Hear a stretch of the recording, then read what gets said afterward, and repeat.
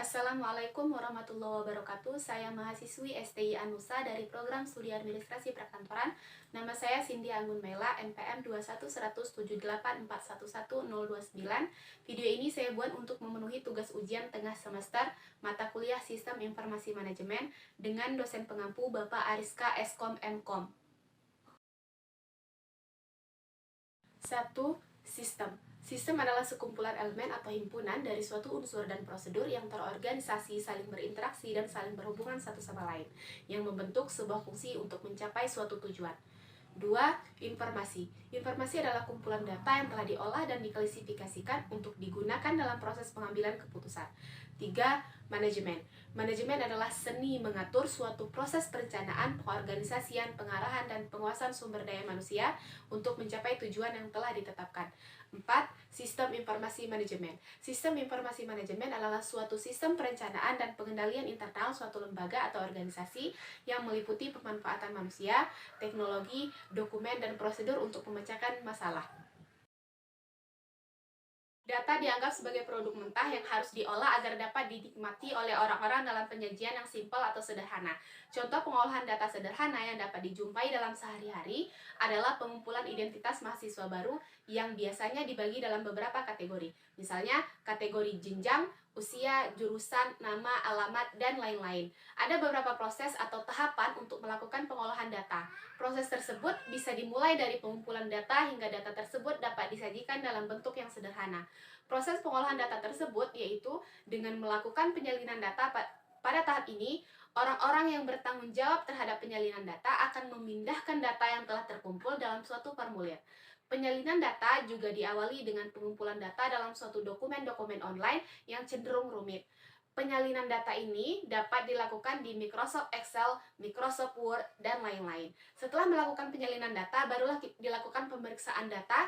Pada tahap ini memerlukan ketelitian dengan tingkat yang sangat tinggi, dikarenakan keakuratan data yang akan dihasilkan bergantung pada pemeriksaan yang secara mendalam terhadap data, dan juga mempengaruhi apakah suatu data tersebut terdapat kesalahan ataukah tidak.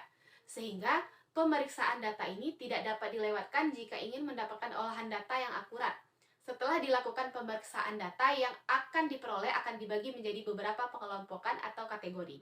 Adapun output dari pengelompokan data ini akan menghasilkan pencampuran data yang berdasarkan kategori masing-masing dan dapat dibaca dengan jelas berdasarkan kategori tersebut. Setiap data yang membutuhkan perhitungan numeris juga akan diatur untuk mengetahui urutan dari data tersebut.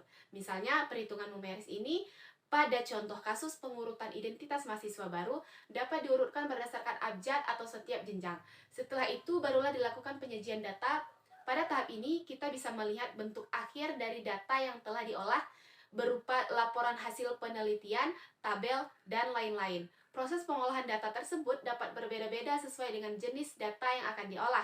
Adapun bentuk dari penyajian data tersebut dapat berupa laporan hasil penelitian, grafik, atau bentuk visualisasi data lainnya. Setelah dilakukan proses pengolahan data, barulah kita dapat memperoleh informasi yang akurat. Daur hidup sistem. Siklus hidup sistem adalah proses evolusioner yang diikuti dalam menerapkan sistem atau subsistem informasi berbasis komputer. Siklus hidup sistem terdiri dari serangkaian tugas yang erat mengikuti langkah-langkah pendekatan sistem, karena tugas-tugas tersebut mengikuti pola yang teratur dan dilakukan secara top-down. Siklus hidup sistem sering disebut sebagai pendekatan air terjun bagi pembangunan dan pengembangan sistem. Pembangunan sistem hanyalah salah satu dari rangkaian daur hidup suatu sistem. Meskipun demikian, proses ini merupakan aspek yang sangat penting. Kita akan lihat beberapa fase atau tahapan dari daur hidup suatu sistem. Mengenali adanya kebutuhan. Sebelum segala sesuatu terjadi, timbul suatu kebutuhan atau problema yang harus dapat dikenali sebagaimana adanya. Kebutuhan dapat terjadi sebagai hasil perkembangan dari organisasi dan volume yang meningkat melebihi kapasitas dari sistem yang ada. Semua kebutuhan ini harus dapat didefinisikan dengan jelas. Tanpa adanya kejelasan dan kebutuhan yang ada, pembangunan sistem akan kehilangan arah dan efektivitasnya. Pembangunan sistem, suatu proses atau seperangkat prosedur yang harus diikuti untuk menganalisis kebutuhan yang timbul dan membangun suatu sistem untuk dapat memenuhi kebutuhan tersebut. Pemasangan sistem.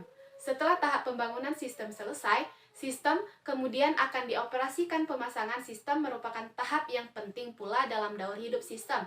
Peralihan dari tahap pembangunan menuju tahap operasional terjadi pemasangan sistem yang sebenarnya, yang merupakan langkah akhir dari suatu pembangunan sistem. Pengoperasian sistem. Program-program komputer dan prosedur-prosedur pengoperasian yang membentuk suatu sistem informasi semuanya bersifat statis, sedangkan organisasi ditunjang oleh sistem informasi tadi. Ia selalu mengalami perubahan-perubahan itu karena pertumbuhan kegiatan bisnis, perubahan peraturan dan kebijaksanaan atau kemajuan teknologi. Untuk mengatasi perubahan-perubahan tersebut, sistem harus diperbaiki atau diperbaharui. Sistem menjadi usang. Kadang, perubahan yang terjadi begitu drastis sehingga tidak dapat diatasi hanya dengan melakukan perbaikan-perbaikan pada sistem yang berjalan. Tibalah saatnya secara ekonomis dan teknis, sistem yang ada sudah tidak layak lagi untuk dioperasikan dan sistem yang baru perlu dibangun untuk menggantikannya. Sistem informasi kemudian akan melanjutkan daur hidupnya. Sistem dibangun untuk memenuhi kebutuhan yang muncul. Sistem beradaptasi terhadap perubahan-perubahan lingkungan yang dinamis. Sampailah pada kondisi di mana sistem tersebut tidak dapat lagi beradaptasi dengan perubahan-perubahan yang ada, ataupun secara ekonomis tidak layak lagi untuk dioperasikan. Sistem yang baru kemudian dibangun untuk menggantikannya.